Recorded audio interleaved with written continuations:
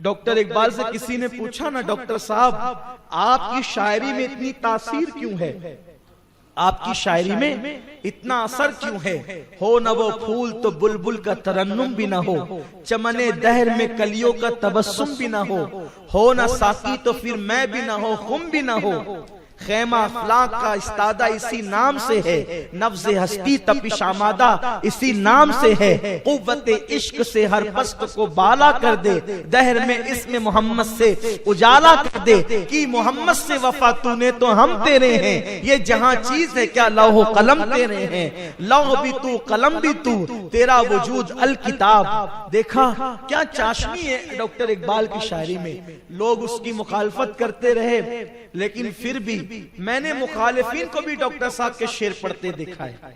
जो डॉक्टर साहब पर उस लाहौर के कलंदर पर लोग एतराज करते हैं, उन लोगों को भी मैंने देखा है कि वो डॉक्टर साहब के शेर पढ़ते थे। और हमारे आकाए नेमत सैयदी मुर्शिदी हुजूर मुफ्ती आजम रहमतुल्लाहि ताला अलैह के सामने जब ये शेर पढ़ा जाता तो हुजूर मुफ्ती आजम फरमाते कि इकबाल की मगफिरत के लिए यही शेर काफी है। कौन सा शेर? कि मोहम्मद से वफा तूने तो हम तेरे हैं, ये जहां चीज है क्या लौह कलम तेरे हैं। ये डॉक्टर साहब ने बड़ी बड़ी शायरी की है, उनकी नातियां शायरी। बल्कि मैंने एक बहुत बड़े मुफक्किर से पूछा था कि डॉक्टर इकबाल के बारे में आप क्या कहते हैं, तो उन्होंने फरमाया वो रात का सूफी था और दिन का मुफक्किर था। वो डॉक्टर इकबाल जिसने हिंदुस्तान में आजादी की रूह फूंकी, वो डॉक्टर इकबाल के बारे में बहुत सी बातें कही जाती है, लेकिन मैं उन सब बातों पर तवज्जो नहीं करता। एक बात बताता हूँ इकबाल के बारे में, जो किताबों में लिखी हुई है। लिखने वाले ने कहां तक लिखा ये वो जाने, बयान करने वाले ने कहां तक बयान किया वो जाने, लेकिन गौर से सुने जो कहना चाहता हूँ।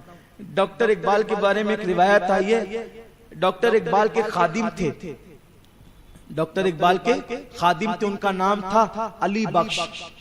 उनका क्या नाम था? अली बख्श।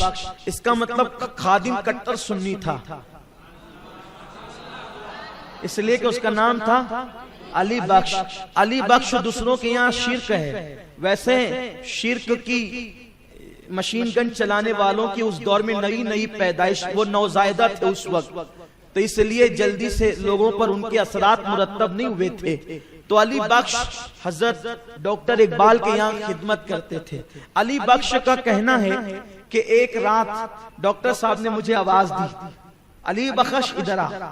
मैं सो रहा था, तो चूंकि बड़ी अकीदत थी डॉक्टर साहब से अली बख्श को, तो अली बख्श उठ करके गया कि जा करके क्या देखा कि डॉक्टर साहब के सोफे पर एक बहुत नूरानी चेहरे वाले बुजुर्ग बैठे हैं और रात के तकरीबन 2:30-3 बज रहे हैं, आधी से ज्यादा रात गुजर चुकी है। और डॉक्टर साहब के सोफे पर एक बहुत बड़े नूरानी चेहरे वाले अल्लाह वाले, ऐसी वजाहत कि मैंने उस दौर में हिंदुस्तान में किसी को नहीं देखा था, क्योंकि पाकिस्तान उस वक्त तक बना नहीं था। तो मैंने उस वक्त तक हिंदुस्तान में इतना नूरानी चेहरा मैंने किसी का नहीं देखा था, लाहौर में भी इतना हसीन मैंने किसी को नहीं देखा था। अली बख्श कहते हैं लेकिन मैंने ये भी मंजर देखा अभी तक कभी नहीं देखा था कि डॉक्टर इकबाल के पास जुना आते थे ना, जिसको लोग मोहम्मद अली जिना कहते हैं, वो भी हाथ बांध के खड़े रहते थे। नेहरू वगैरह आते थे ना, तो वो लोग भी जो है वो डॉक्टर साहब के सामने बहुत ज्यादा बोलने की हिम्मत नहीं करते थे। यानी गांधी जैसे लोग भी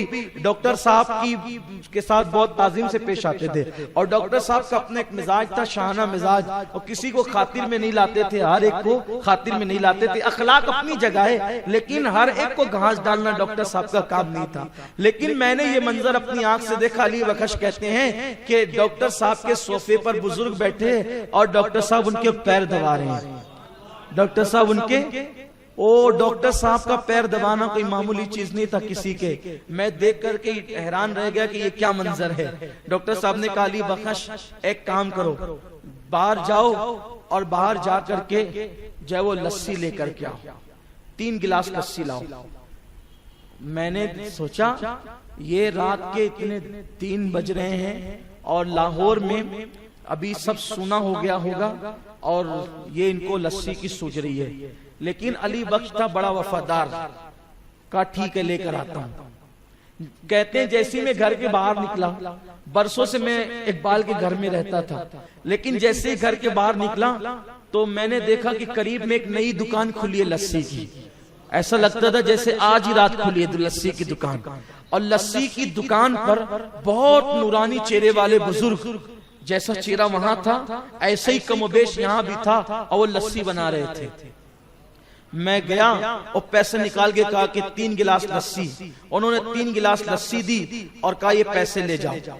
इससे पहले कि मैं बताता मैं कौन हूं और मैं कहां से आया हूं, उन्होंने खुद कहा इकबाल के साथ हमारा हिसाब किताब चलता रहता है, तुम ये पैसे ले जाओ, हम हिसाब कर लेंगे, हम हिसाब कर लेंगे, ले जाओ। इकबाल के साथ हमारा हिसाब चलता रहता है। कहते हैं कि मैं लस्सी ले आया, ले आने के बाद ला करके जैसे रखा तो मुझसे डॉक्टर साहब ने कहा जाओ। लेकिन मैं देख रहा था, और डॉक्टर साहब ने एक गिलास बुजुर्ग को पेश किया, उन्होंने पी ली लस्सी। उसके बाद दूसरा गिलास पेश किया तो भी पी ली, और तीसरा गिलास पेश किया तो कहा कि तुम पी लो।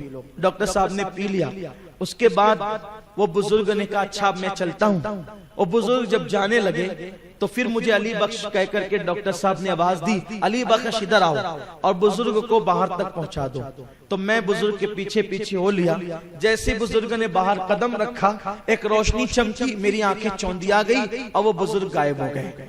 मैं आया और आने के बाद मैंने डॉक्टर साहब को कहा, क्योंकि अब मैं घूम घाम के बाहर आया था, वो जो नई दुकान खुली थी वो कोई दुकान नहीं थी। मैं आया, मैंने कहा डॉक्टर साहब सही बताना क्या मामला है, वो दुकान भी लगी थी, अभी वो दुकान भी नहीं है, और ये जो बुजुर्ग आया था ये कौन है, आप पैर दबा रहे थे, क्या मामला है। तो डॉक्टर साहब ने कहा अली बख्श रहने दो, मत पूछो।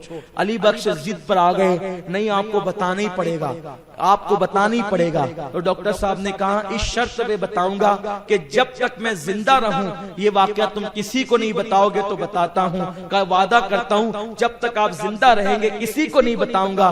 तो डॉक्टर साहब ने बताया जिस बुजुर्ग के मैं पैर दबा रहा था वो सरकारे गरीब नवाज थे, वो हुजूर गरीब नवाज रदी अल्लाह ताला थे। और जो तुझे लस्सी की दुकान पे मिले थे, चूंकि गरीब नवाज आज लाहौर आए हुए थे, तो उनकी मेहमानी के लिए दाता अली ज़ुवैरी ने लस्सी की दुकान लगाई। ये गरीब नवाज का मकाम। लेकिन इसमें डॉक्टर इकबाल की अजमत समझ में आती है। उस डॉक्टर इकबाल से किसी ने पूछा डॉक्टर साहब अल्लाह ने आपकी शायरी में इतनी तासीर कैसे अता फरमाई। तो डॉक्टर साहब कहते हैं कि जब शहद की मक्खियां दुरूद पड़ती है तो कसेला रस भी मीठा हो जाता है। तो मैंने शायरी शुरू करने से पहले 1 करोड़ मर्तबा अपने नबी पे दुरूद और सलाम पढ़ा है। उस दुरूद की बरकत है कि अल्लाह ने मेरी शायरी के अंदर ये रंग पैदा कर दिया है। अगर हम भी चाहते हैं कि हमारे अंदर भी कोई रंग पैदा हो तो हम भी दुरूद शरीफ की आदत डालें और दुरूद शरीफ कसरत से पढ़ने की कोशिश करें। अल्लाह ताला मुझे आप सबको दुरूद शरीफ कसरत से पढ़ने की तौफीक अता फरमाए। मैं आज आपसे पूछना चाहता हूँ, आज मैंने ये उन्वान इसीलिए लिया था कि हम आज से आपको दुरूद का पाबंद करेंगे। मैं ऐसे नहीं छोड़ूंगा आज आपको। मैं पूछना चाहता हूं आज से कौन कौन मेरे साथ वादा करता है कि कम से कम 500 मर्तबा दुरूद पढ़े बगैर हम नहीं सोएंगे। सुभान अल्लाह। वादा करते हैं? मुश्किल नहीं है। जो लोग डर रहे हैं ना, मुश्किल नहीं है। आप हाथ नीचे करें, देखिए आसान है।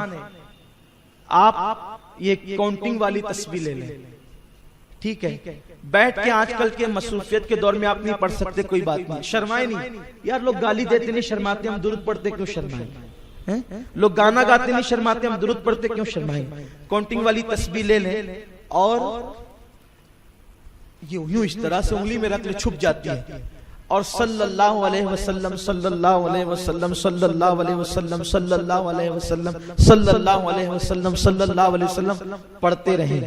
ये जो दुरूद शरीफ है 100 मर्तबा कितने टाइम में पढ़ा जाता है मालूम है?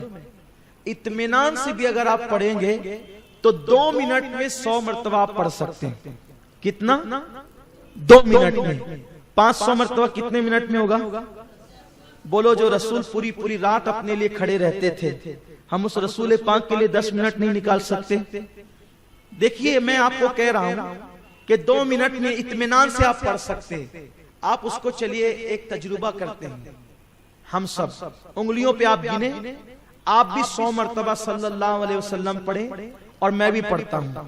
अभी टाइम हो रहा है मेरी घड़ी में 11:15। ठीक है, अब पढ़ते हैं, बिस्मिल्लाह कीजिए। सल्लल्लाहु अलैहि वसल्लम।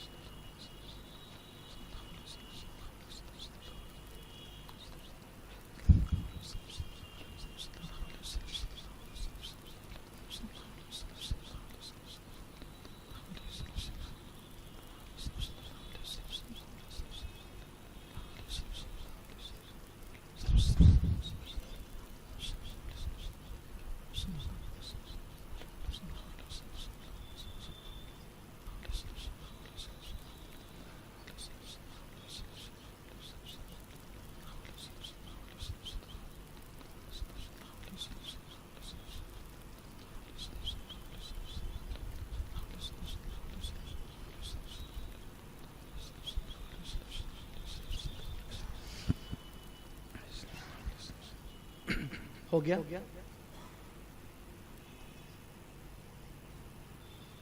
मेरे ख्याल से 16 मिनट हो रहे हैं और मेरा हो गया। जो बहुत इत्मीनान से पढ़ रहे होंगे उनको 2 मिनट लगेंगे। 1 मिनट से 1.5 मिनट में हमारा हो गया है, लेकिन जो इत्मीनान से पढ़ते हैं 2 मिनट लगेंगे उनको। और अगर आप रोजाना पढ़ने की आदत डालेंगे तो आप भी 1 मिनट में पढ़ लिया करेंगे। तो क्या आज से हम वादा करते हैं सब लोग 500 बार दुरूद शरीफ रोजाना पढ़ेंगे इंशाल्लाह, और रमजान शरीफ में डबल कर देंगे उसको इंशाल्लाह। अगर ये उन्वान आज लेने की वजह, मुझे मालूम है आप, मैंने जो फजीलत बयान की आपको मालूम होगी सब, क्योंकि आप इश्तिहार में आते हैं। हमारे मुबल्लिगीन जो नए नए आते हैं वो लोग ये उन्वान पे बयानात करते हैं, लेकिन मैंने ये पुराना उन्वान आज इसीलिए खोला है ताकि हम आज ये अज़्म लेकर के जाएं कि हमें रोजाना कितनी मर्तबा, भूलेंगे तो नहीं, सब लोग पढ़ेंगे इंशाल्लाह। अल्लाह ताला से दुआ है कि अल्लाह हमें तौफीक अता फरमाए।